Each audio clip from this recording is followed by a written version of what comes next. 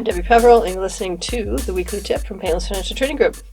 Today I'm talking about what if you find yourself in the situation where you owe personal income tax and you can't afford to pay it all at once.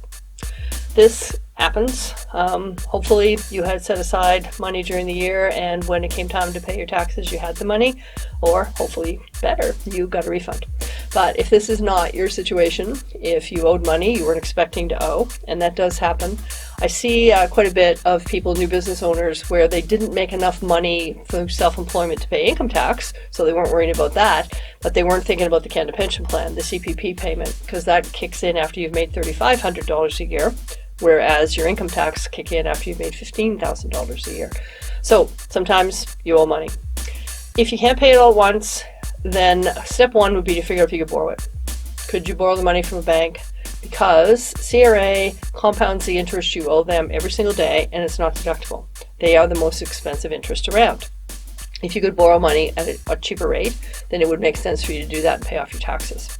If that's not an option for you, then you need to call CRA and tell them you can't pay it all at once and make a plan. They will ask you, how much do you think you can afford to pay? Pick a number that's reasonable and do it. Don't make an agreement with them and then not follow it up.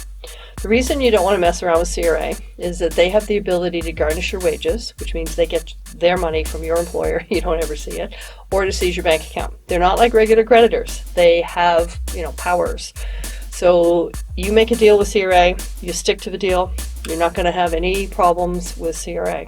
So this would be the plan. If you can't borrow the money, call CRA, make a deal, and stick to it.